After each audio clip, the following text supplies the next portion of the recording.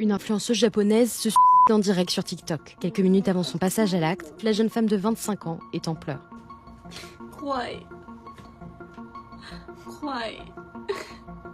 Cela faisait des semaines qu'elle était cyberharcelée à cause d'un bouquet de fleurs. Mina-chan vit en Corée et sur les réseaux sociaux, elle cumule des centaines de milliers d'abonnés. Elle partage avec eux des contenus beauté et mode, mais surtout sa passion pour le groupe de K-pop, ENHYPEN.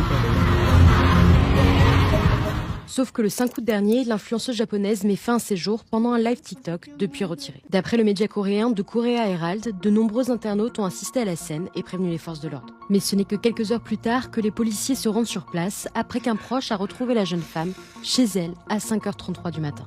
Derrière cette mort, il y a une vague de cyberharcèlement de plusieurs semaines. En juillet dernier, Mina se rend à un concert de son boys band préféré aux États-Unis. Elle tente alors de remettre ce bouquet de fleurs à un de ses membres, Nikki, via un autre, Sunwoo.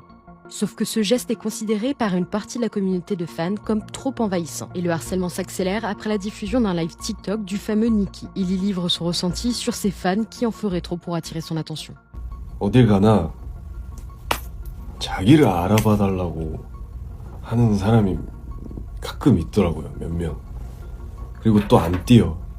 막 놀지를 않아. 뭔가 즐기고 있는 것 같지가 않아. 근데 그게 보면은 약간 조금 흥이 떨어져. Si le chanteur ne nomme personne précisément, certains fans pensent directement à Mina-chan. Dans la foulée, l'influenceuse s'est excusée pour son comportement, expliquant qu'elle avait surestimé sa proximité avec le groupe d'artistes. J'ai l'impression d'avoir abusé de la gentillesse de Sunwoo. Je suis sincèrement désolée, je présente mes excuses à Sunwoo et à tous ses fans. Je regrette profondément mon comportement déplacé en Amérique. Mais ce post, publié sur son compte X depuis supprimé, ne suffit pas à calmer ses harceleurs. Dans l'une de ses dernières stories, Mina-chan a partagé un message privé haineux qu'elle aurait reçu, accompagné de ces mots « Pourquoi faut-il que des inconnus me disent tout ça ?»